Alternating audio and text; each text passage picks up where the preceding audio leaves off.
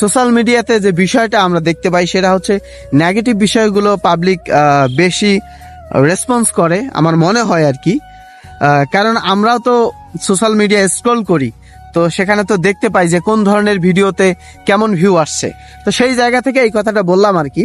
তো অনেকেই আবার রয়েছেন আপনারা যারা হচ্ছে যে ইতিহাস সম্পর্কে জানতে চান, তো সেই জায়গাগুলো থেকে ছোটবেলা থেকে আমার ভালো লাগে যে প্রাচীন স্থাপত্য নিয়ে জানা, প্রাচীন স্থাপত্যগুলো যে রয়েছে সেগুলোর নকশাগুলো আমার কাছে দারুণ লাগে এক কথায়।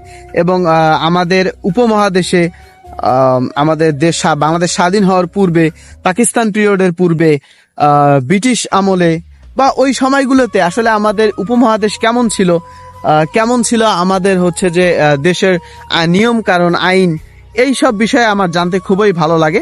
সেই জায়গা থেকে মূলত হচ্ছে যে আমার প্রাচীন স্থাপত্যের ভিডিওগুলো করা। তো আশা করছি আপনাদের সাপোর্ট পাবো, যেহেতু এটা একটা পজিটিভ বিষয়। আমি সবসময় চেষ্টা করি যে আমার ভিডিওগুলোর মধ্য দিয়ে কেউ যেন নতুন কিছু জানতে পারে। বিশেষ করে যে বিষয়টা যে এই যে সোশ্যাল মিডিয়ার যুগে আমাদের বাচ্চারা কিন্তু নিরাপদ না। তো এই সার্বিক দিক চিন্তা করে আমার মনে হয় যে আমার ভিডিওগুলো ছোট বাচ্চা থেকে শুরু করে একদম প্রাপ্ত বয়স্ক বৃদ্ধ পর্যন্ত দেখতে পারবে এবং তারা জানতে পারবে আমাদের দেশের ইতিহাস। সো অনেক কথা বলে ফেললাম, ভুলভ্রান্তি ক্ষমা সুন্দর দৃষ্টিতে দেখবেন।